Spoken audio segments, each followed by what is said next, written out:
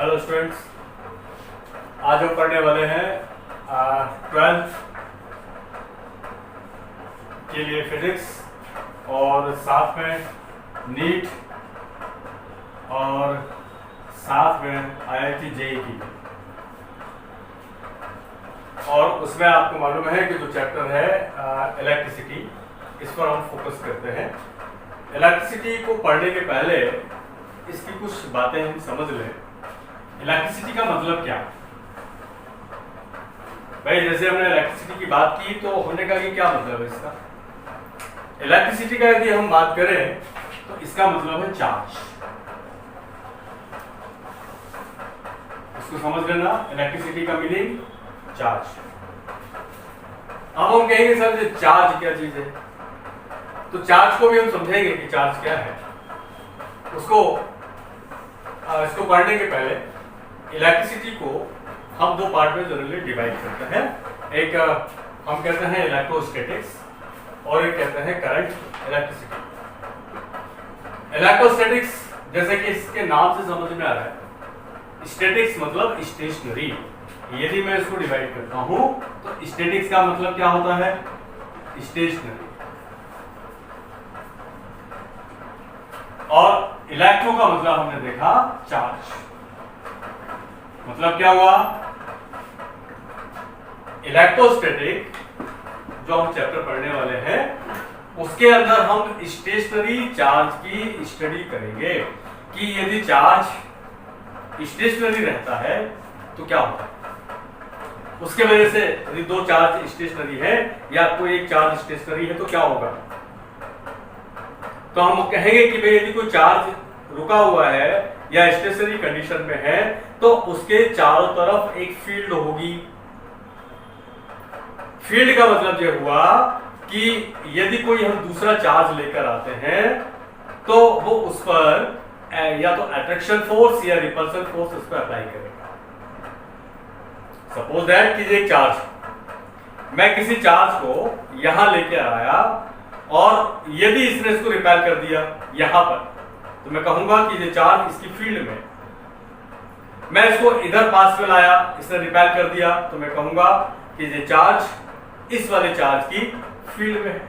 Suppose that मैं यहां तक लाया और कुछ नहीं हुआ तो हम कहेंगे कि ये इसकी फील्ड में नहीं है, यानी कि फील्ड के बाहर है। तो मोटी मोटी एक बात है कि जब कोई स्टेशनरी चार्ज है तो उसके चारों तरफ एक फील्ड है और उस फील्ड का नाम हम देंगे इलेक्ट्रिक फील्ड। और इलेक्ट्रिक फील्ड का मतलब ये हुआ कि ये चार्ज, एक चार्ज दूसरे चार्ज पर एक फोर्स लगाएगा। उस फोर्स को हम नाम देते हैं इलेक्ट्रिक फोर्स। अब इस फोर्स के बारे में बताया था एक साइंटिस्ट थे, उनका नाम था कूलॉम। तो उस फोर्स के नाम पर एक फार्मूला वो उन्होंने जनरेट किया और उस फार्मूले से वो फोर्स का मैग्नीट्यूड फाइंड आउट करते हैं कि यदि दो स्टेशनरी चार्ज है, ध्यान देना मैं बार बार कह रहा हूं कि दो स्टेशनरी चार्ज, यानी कि कूलॉम्स लॉ जो अप्लाई होगा, कूलॉम्स लॉ जो लगेगा वो दो स्टेशनरी चार्ज के बीच में ही लगेगा। इसको ध्यान रखना। एक कॉन्सेप्ट कि Coulomb's law is valid only for two stationary charges, right. Number 2, stationary charge के चारों तरफ जो फील्ड होगी उसको हम इलेक्ट्रिक फील्ड बोलेंगे। और स्टेशनरी चार्ज के चारों तरफ एक ही फील्ड होती है, that is called electric field. Means stationary charge produces only electric field. Okay, अब हमने यहां फोकस दोबारा से करते हैं। हमने कहा कि electricity means charge and electricity is divided into two parts. First electrostatics and second current electricity. Electrostatics की हम बात यदि करें तो हम कहेंगे कि इलेक्ट्रोस्टैटिक्स, स्टैटिक्स जो लिखा हुआ है तो स्टैटिक्स का मतलब होता है स्टेशनरी। इट मींस कि इन दिस चैप्टर, इस चैप्टर में हम क्या पढ़ने वाले हैं कि चार्ज स्टेशनरी होगा। और चार्ज जब स्टेशनरी होगा तो उसके वजह से क्या होगा।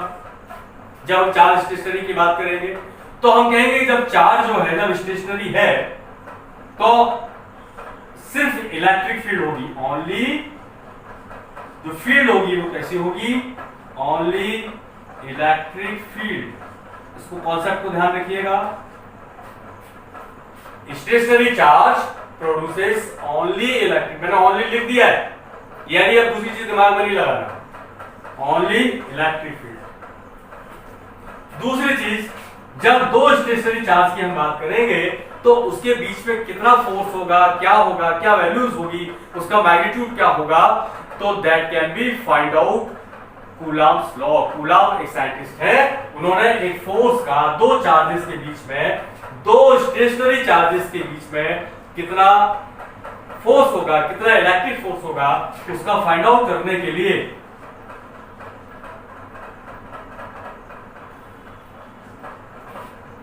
एक कूलम्ब्स ने एक लॉ दिया है, उसको हम कूलम्ब्स लॉ कहते हैं। ओके, इसके बाद हम जब कूलम्ब्स लॉ की बात करेंगे तो उसको फिर डिटेल में पढ़ेंगे कि कूलम्ब्स लॉ का फार्मूला क्या है, कैसे पढ़ना है, इसका मीनिंग क्या है। लेकिन अभी हमने सिर्फ इतना समझा है कि stationary charge produces only electric field while and Coulomb's law is valid only for stationary charge. Okay, next, अब हम कहेंगे सर ये करंट इलेक्ट्रिसिटी का मतलब क्या हुआ। करंट का मतलब होता है फ्लो, फ्लो, डायनेमिक। तो हम इसको डायनेमिक इलेक्ट्रिसिटी भी कह सकते हैं, या हम कह सकते हैं कि जब इलेक्ट्रिसिटी का भी मतलब क्या हुआ, चार्ज, और करंट का मतलब हुआ फ्लो, यानी कि जब चार्ज जो है जब फ्लो करने लगता है, जब चार्ज क्या होता है, जब फ्लो करने लगता है, यानी कि डायनेमिक हो जाता है, तो उस कंडीशन में हम कहते हैं करंट। जनरल लैंग्वेज में हम कहते हैं ना कि इलेक्ट्रिक करंट। तो इलेक्ट्रिक करंट का मतलब हुआ कि चार्ज फ्लो हो रहा है। अब हम कहेंगे सर जो चार्ज जो फ्लो होगा तो क्या उस कंडीशन में कूलम्ब्स लॉ लगेगा, हम बोलेंगे नहीं लगेगा। कूलम्ब्स लॉ जो अप्लाई होगा वो स्टेशनरी चार्ज में ही लगेगा, नंबर वन। दूसरी चीज, फिर हम कहेंगे कि सर जो यदि जब चार्ज फ्लो होगा तो क्या ओनली इलेक्ट्रिक फील्ड होगी, हम कहेंगे नहीं, इलेक्ट्रिक फील्ड तो यहां होगी ना, जब स्टेशनरी चार्ज होगा तो इलेक्ट्रिक फील्ड होगी। तो हम कहेंगे सर यहां कोई फील्ड होगी या नहीं होगी, तो हम बोलेंगे जब चार्ज फ्लो होगा तो यहां पर हम दो फील्ड की बात करेंगे। When charge is dynamic, when charge flows, then electric and magnetic field is produced. Okay? तो क्या होगा, यहां पर इलेक्ट्रिक फील्ड भी होगी और साथ ही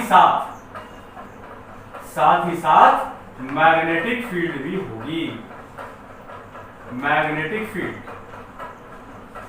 ओके, इलेक्ट्रिक फील्ड और साथ ही साथ में मैग्नेटिक फील्ड भी होगी। यहां इतनी बात समझ आई।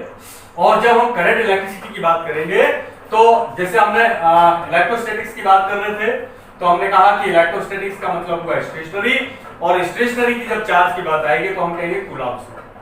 यानी कि इस पूरे फार्मूले का जो बेसिक फार्मूला है ना, वो सिर्फ कूलम्ब्स लॉ है। इस कूलम्ब्स लॉ को हम समझ लेंगे, यानी कि फोर्स का फार्मूला हम समझ लेंगे, तो हम आगे चल के और भी चीजें हम जनरेट करेंगे कि इलेक्ट्रिक फील्ड का फार्मूला क्या है, इलेक्ट्रिक पोटेंशियल का फार्मूला क्या है, यानी कि सारे के सारे जो फार्मूले जो जनरेट होने वाले हैं, जो होंगे वो सब कूलम्ब्स लॉ से होंगे। यानी कि इस चैप्टर का जो बेसिक फार्मूला है वो सिर्फ कूलम्ब्स लॉ है। और इस करंट इलेक्ट्रिसिटी की हम बात करेंगे तो करंट इलेक्ट्रिसिटी का जो बेसिक फार्मूला है, जिससे कि हम सारे के सारे कॉन्सेप्ट आगे पढ़ने वाले हैं, वो है ओम्स लॉ। ओम्स लॉ आप लोगों ने सुना है, लेकिन ओम्स लॉ को बड़ा है बहुत आसान, लेकिन इसको हमको और डिटेल में समझते जाएंगे और बड़े बड़े क्वेश्चन सिर्फ ओम्स लॉ से करेंगे।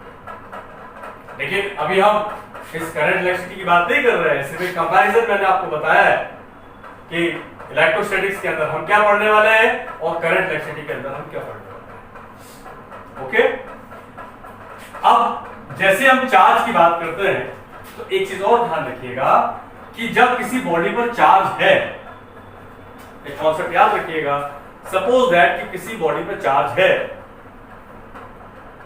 तो उसका मास जरूर होता है उस पर, लेकिन ऐसा कोई जरूरी नहीं है कि जिस पर मास है उस पर चार्ज हो।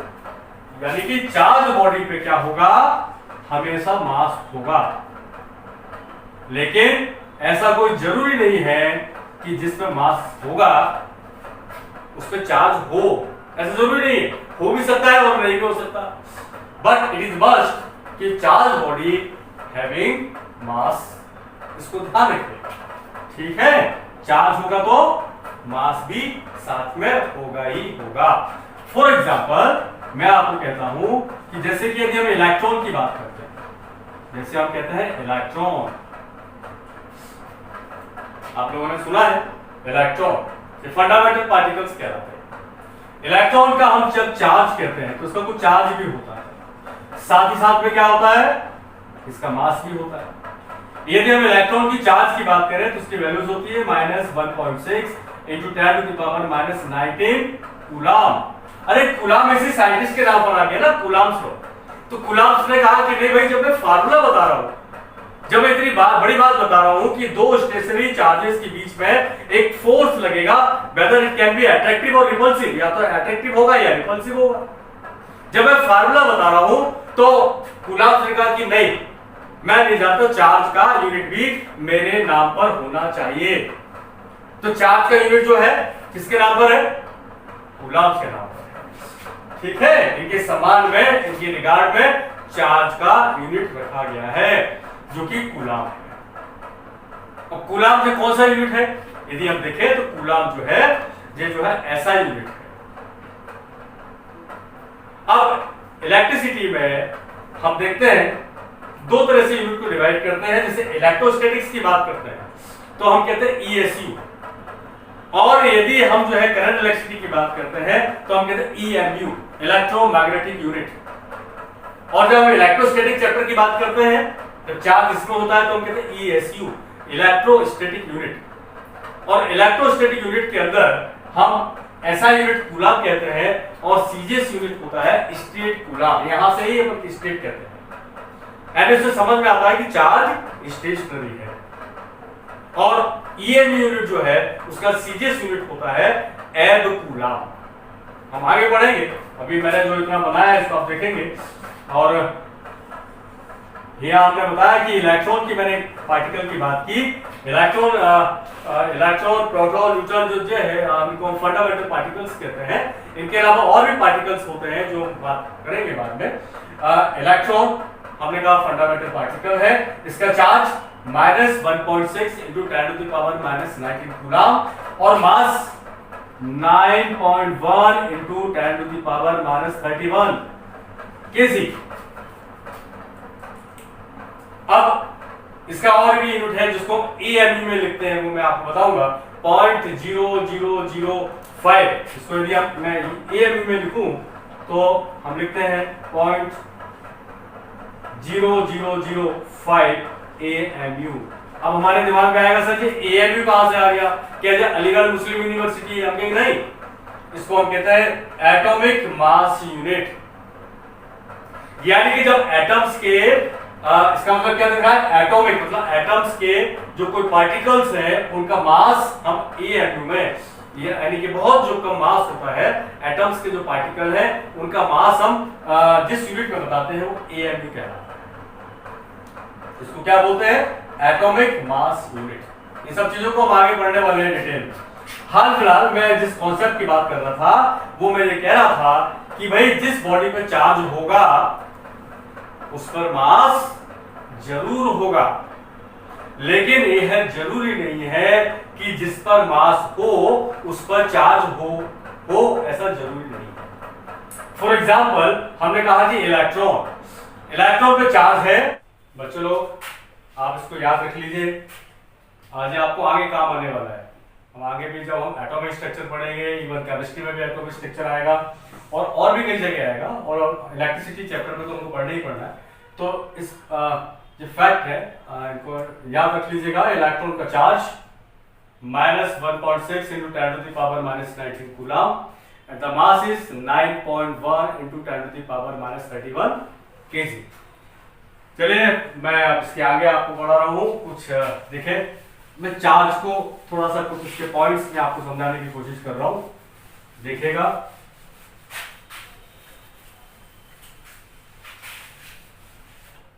क्योंकि जब मैं चार्ज की बात कर रहा था, चार्ज,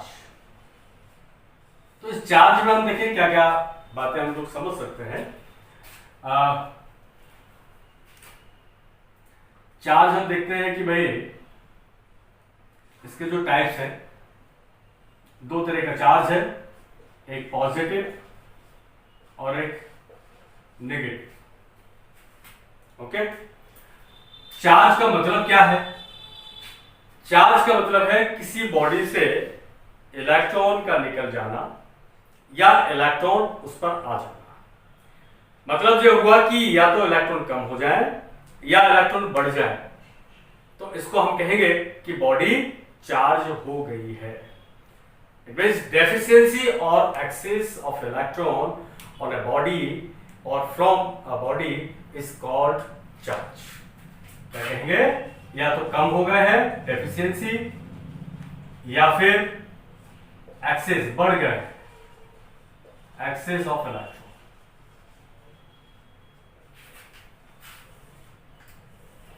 या तो इलेक्ट्रॉन्स कम हो गए किसी बॉडी से या बढ़ गए हैं, तो हम कहेंगे कि बॉडी चार्ज हो गई है। अब हम कहेंगे इस पॉजिटिव का मतलब क्या हुआ? यदि किसी बॉडी पर पॉजिटिव चार्ज है, इसका मतलब यह हुआ कि इससे इलेक्ट्रॉन, किसी बॉडी से इलेक्ट्रॉन निकल गए हैं। ठीक है, यानी कि क्या हो जाएगा? डेफिशिएंसी। अब कैसे समझेंगे बताएंगे आपको। इसका मतलब है deficiency of electron. Positive charge का मतलब है इलेक्ट्रॉन निकल गए हैं। एक इलेक्ट्रॉन निकला मतलब एक पॉजिटिव चार्ज आया, एक और निकल गया तो एक और पॉजिटिव चार्ज आ गया, एक और निकल गया तो एक और पॉजिटिव चार्ज आ गया। यानी इलेक्ट्रॉन निकलते जाएंगे और पॉजिटिव चार्ज बढ़ता जाएगा। इसका उल्टा यदि हम कहते हैं कि भाई नेगेटिव का क्या मतलब हुआ? नेगेटिव का मतलब है कि इलेक्ट्रॉन आते जा रहे हैं, यानी कि इलेक्ट्रॉन बढ़ते जा रहे हैं, एक्सिस ऑफ इलेक्ट्रॉन। ओके, अब हमने कहा, एक चीज हमने आपको बताया था, एक फैक्ट बताया था कि जिस बॉडी पर चार्ज होगा उस पर क्या होने वाला है? उस पर चार्ज बॉडी क्या करेगी? Having mass. हमेशा उस पर मास होगा। फॉर एग्जाम्पल इलेक्ट्रॉन पर चार्ज है, उसका मास भी है। प्रोटॉन की बात करें तो प्रोटॉन पर चार्ज है पॉजिटिव, मास भी है। मास पॉजिटिव नेगेटिव नहीं होते, लेकिन चार्ज पॉजिटिव नेगेटिव होते हैं। हाँ, अब हम न्यूट्रॉन की बात करें। न्यूट्रॉन का मास है लेकिन चार्ज नहीं है, तो इसका मतलब जो हुआ कि जिस पर चार्ज होगा उस पर कंपल्सरी है कि उस पर मास होगा। तो जो बॉडी चार्ज है, whether it can be positive और नेगेटिव, कुछ भी चार्ज हो सकता है। यानी या तो इससे इलेक्ट्रॉन निकल गए होंगे या इलेक्ट्रॉन आ गए होंगे। निकल गए होंगे तो पॉजिटिव चार्ज और आ गए होंगे तो नेगेटिव चार्ज। और ये जो है इलेक्ट्रॉन किसी बॉडी से निकले और ये आए तो कैसे? तो हम बोलेंगे कि वो मेथड कहलाएगी कि किसी बॉडी को हमने कैसे चार्ज किया। मेथड ऑफ चार्जिंग या इलेक्ट्रिफिकेशन। हमने किसी बॉडी को इलेक्ट्रीफाइड कैसे किया, यानी किसी बॉडी को चार्ज कैसे किया। कौन कौन सी मेथड्स हैं? ठीक है ना, मेथड फॉर चार्जिंग। कौन कौन सी चार्ज हो सकती है मेथड्स? भाई हमने दो बॉडी को रब किया, तो रब करने से जो यदि कोई बॉडी चार्ज होती है तो हम उस प्रोसेस को, उस मेथड को कहते हैं फ्रिक्शनल इलेक्ट्रिसिटी। को भी फ्रिक्शन किया, फ्रिक्शनल इलेक्ट्रिसिटी, और इसको हम बोलेंगे फ्रिक्शनल इलेक्ट्रिसिटी। रब करने एक मेथड हो गई। दूसरा जो है कि जब कोई अनचार्ज बॉडी है, मतलब कोई चार्ज नहीं, और उसके पास में कोई चार्ज बॉडी रख दी। जब किसी चार्ज बॉडी के पास किसी अनचार्ज बॉडी को रखते हैं तो वो उसके इन्फ्लुएंस के वजह से, अब क्या होता है कैसे होता है इसको आगे बढ़ेंगे। तो जब किसी चार्ज बॉडी के पास अनचार्ज बॉडी को रखेंगे तो जो अनचार्ज बॉडी थी वो भी चार्ज होने लगती है, उसमें भी चार्ज इंड्यूस होने लगता है। तो इस मेथड को हम जो है इंडक्शन मेथड भी कहते हैं। ठीक है। और यदि सीधे सीधे चार्ज बॉडी से हमने कोई वायर लिया, कोई कंडक्टिंग वायर लिया और उससे अनचार्ज बॉडी को कनेक्ट कर दिया, तो वो जो चार्ज फ्लो होने लगा, तो इसको हम कहते हैं कंडक्शन मेथड। यानी कि जब फ्लो होने लग जाए, किसी चार्ज बॉडी को किसी अनचार्ज बॉडी से कनेक्ट कर दिया किसी कंडक्टिंग वायर के थ्रू, तो हम कहेंगे कंडक्शन मेथड। और जब किसी चार्ज बॉडी के पास अनचार्ज बॉडी को रख दिया तो हम बोलेंगे induction method, electrostatic induction. Okay. और जब यदि हमने किसी दो बॉडी को आपस में रब किया और रब करने से किसी बॉडी में चार्ज आ गया है, तो हम उसे बोलेंगे फ्रिक्शनल इलेक्ट्रिसिटी। तो जो हो गई मेथड टू प्रोड्यूस चार्ज। ठीक है। मेथड जो है चार्जिंग करने के लिए कि कौन कौन से मेथड्स हो सकते हैं, किसी बॉडी को चार्ज करना है तो कौन कौन से हो सकते हैं, फ्रिक्शनल इलेक्ट्रिसिटी, इंडक्शन और कंडक्शन। ठीक है। जब हमने चार्ज की बात की तो हमने कहा कि व्हाट इज चार्ज, तो हमने कहा चार्ज डेफिशिएंसी और एक्सेस ऑफ इलेक्ट्रॉन को कहते हैं। किसी बॉडी से या तो इलेक्ट्रॉन कम हो जाए या बढ़ जाए, या फिर चार्ज जब डेफिशिएंसी और एक्सेस की बात करते हैं तो इस बेस पर हम चार्ज को दो तरह से डिवाइड करते हैं, पॉजिटिव और नेगेटिव।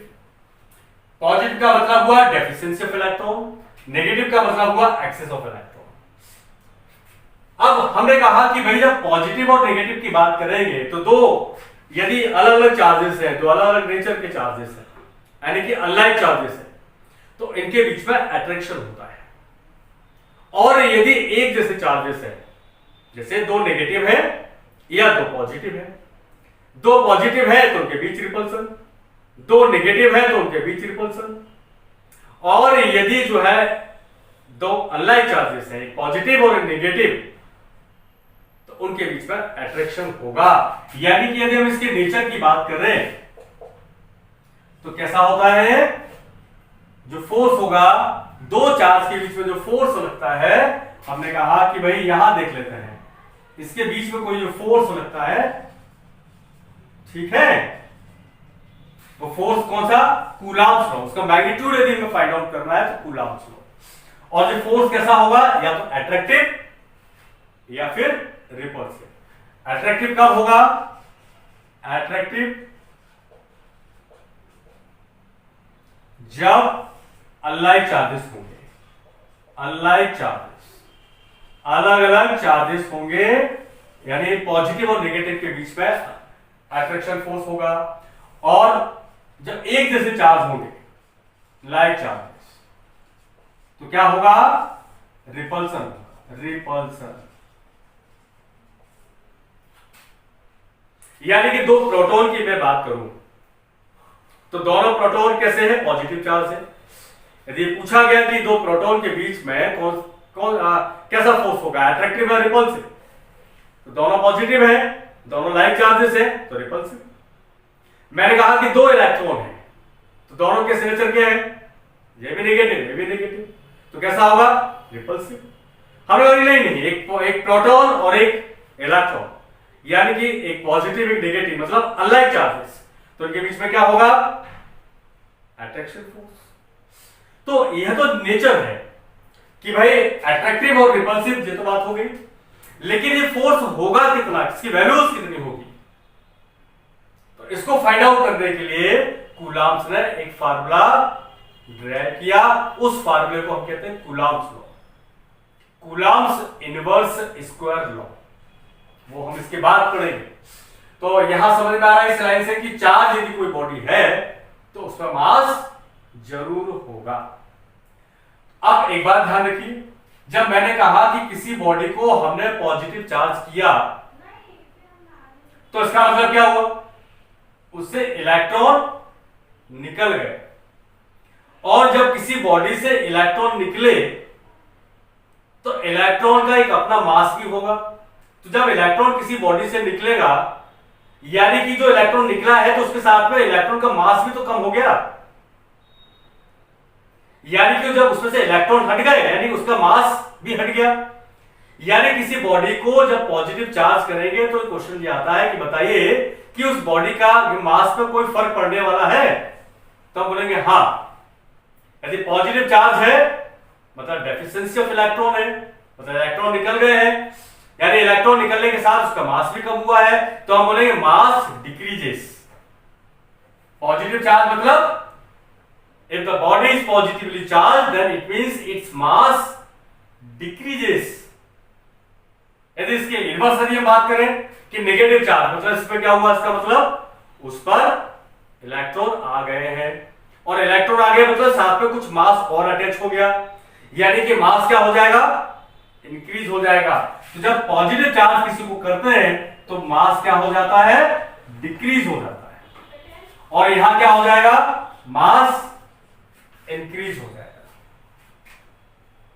इस कॉन्सेप्ट को समझ में आया? आप इसको नोट कर लें, जो आपको काम आने वाला है। ओके, नोट कर लीजिए, आपके रजिस्टर पर आप जो नोट कर लीजिए, दिस इज वेरी इंपॉर्टेंट कि जब किसी बॉडी को पॉजिटिव चार्ज करेंगे तो उसके मास पर क्या इफेक्ट होगा। पॉजिटिव चार्ज करेंगे तो मास डिक्रीज होगा, जो मैंने एरो नीचे बनाया है इसका मतलब डिक्रीज, और मैंने एरो बनाया है मतलब इंक्रीज। नेगेटिव चार्ज करने से मास इंक्रीज होगा। ओके, चलिए मैं आगे बढ़ूं, आगे मैं आपको आगे देखते हैं। ओके, अब देखें,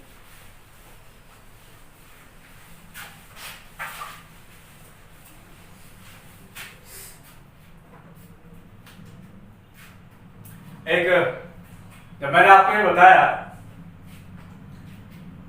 एक अब आगे की जब मैं क्लास पढ़ाऊंगा उसके पहले मैं आपको एक दो छोटे छोटे कोड मैं आपको बता रहा हूँ, कोडिंग आपको मेमोराइज करने के लिए, और इसके आगे की जो है हम जो वीडियो बनाएंगे इलेक्ट्रोस्टैटिक्स को फिर आगे के नेक्स्ट वीडियो में पढ़ाएंगे।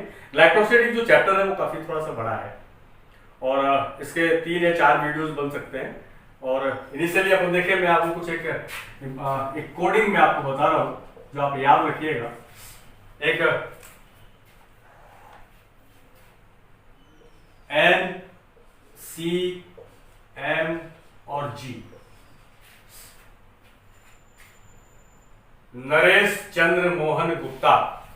ओके, ये आपको याद कर लीजिए, जो आपको काम आएगा जब आप ऑब्जेक्टिव सॉल्व करेंगे, या फिर 12th की सीबीएसई में भी ये क्वेश्चन आते हैं। नरेश चंद्र मोहन गुप्ता, आप चाहे तो यहां लिख सकते हैं नरेश, याद करने के लिए, नरेश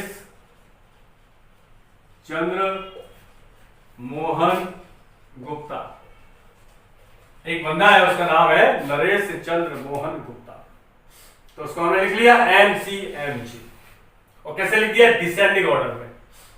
एक्चुअल में ये मेमोराइज करने के लिए बेसिकली ये क्या है, N फॉर न्यूक्लियर फोर्स, ठीक है, न्यूक्लियर फोर्स।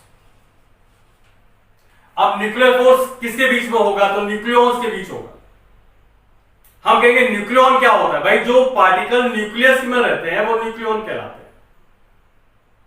अब न्यूक्लियस में, न्यूक्लियस कहां से आ गया, जब हम एटॉमिक स्ट्रक्चर की बात करेंगे तो वहां पर हम ऑर्बिट की बात करेंगे, न्यूक्लियस की बात करेंगे। ऑर्बिट में रहते हैं इलेक्ट्रॉन। अब इस स्ट्रक्चर के बारे में अलग अलग साइंटिस्ट ने अपनी अपनी बातें बताई।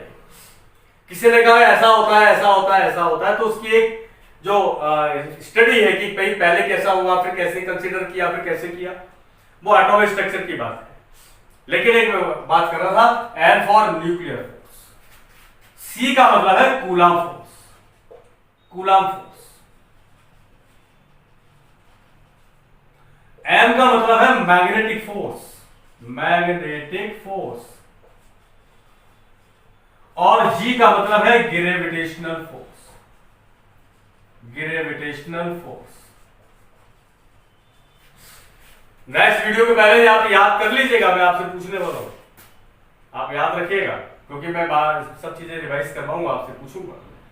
Naresh Chandra Mohan Gupta, N for nuclear force, C for coulomb force, M for magnetic, और G फॉर ग्रेविटेशनल फोर्स। यानी कि जैसे कि आपको क्वेश्चन आ जाते हैं कि बताइए कि मैग्नेटिक फोर्स और ग्रेविटेशनल फोर्स में से कौन ग्रेटर है, तो हम बोलेंगे मैग्नेटिक फोर्स। या सबसे बड़ा फोर्स कौन सा है, सबसे स्ट्रॉन्गर, तो न्यूक्लियर फोर्स। उससे छोटा भैया कूलम्ब फोर्स, और उससे कम मैग्नेटिक, और सबसे कम यानी ग्रेविटेशनल फोर्स वीक फोर्स है, सबसे कमजोर है ना ये, तो ग्रेविटेशनल फोर्स कैसा कहलाएगा, वीक फोर्स। और एन कैसा है, स्ट्रॉन्ग, तो ये कैसा कहलाएगा, स्ट्रॉन्गर, स्ट्रॉन्ग फोर्स। क्या होगा, न्यूक्लियस के बीच में होगा। कूलम्ब फोर्स का होगा, दो चार्जेस के बीच में होगा। मैग्नेटिक फोर्स का होगा, पोल के बीच में होगा, जब मैग्नेट पड़ेंगे तो पोल के बीच में होगा। और ग्रेविटेशनल फोर्स का होगा, दो मासेस के बीच में होगा। ओके, न्यूक्लियर फोर्स कहां लगता है, बिटवीन न्यूक्लियॉन्स। लिखा होगा बिटवीन चार्जेस, दो चार्जेस के बीच। Magnetic force between poles, magnetic force, magnetic force. और ग्रेविटेशनल फोर्स बिटवीन मासेस, दो मासेस। कितना आसान है, तो आप इसमें कंफ्यूज नहीं होंगे। कभी आपसे क्वेश्चन पूछते हैं कि भाई कौन स्ट्रॉन्गर है, कौन वीकर है, कौन किससे बड़ा है, तो आप तुरंत बता देंगे। और भाई साहब को याद रखें कि किसको, नरेश चंद्र मोहन गुप्ता। ओके, तो इस तरह के में आपको कई सारे जो है बहुत सारी कोडिंग है, और सबसे ज्यादा आसान यदि कोई है सब्जेक्ट तो वो फिजिक्स है। और ऐसे तो अभी शुरुआत है, और इसमें कई सारे आपको कोडिंग मिलेंगे कि आपको फिजिक्स बुक्स पढ़िए, लेकिन यदि आपने लेक्चर ही सुन लिया तो आपको फिजिक्स ऑन टिप्स आपको मेमोराइज हो जाएगी। और जब आप न्यूमेरिकल्स करने बैठेंगे, या जब मैं आपको न्यूमेरिकल सॉल्व करवाऊंगा, तो कॉन्सेप्ट और याद और सारी चीजें बड़ा इतना आसान होगा। यदि सबसे ज्यादा कोई आसान है तो वो फिजिक्स है। ओके, थैंक यू, फिर मिलते हैं नेक्स्ट वीडियो, बाय।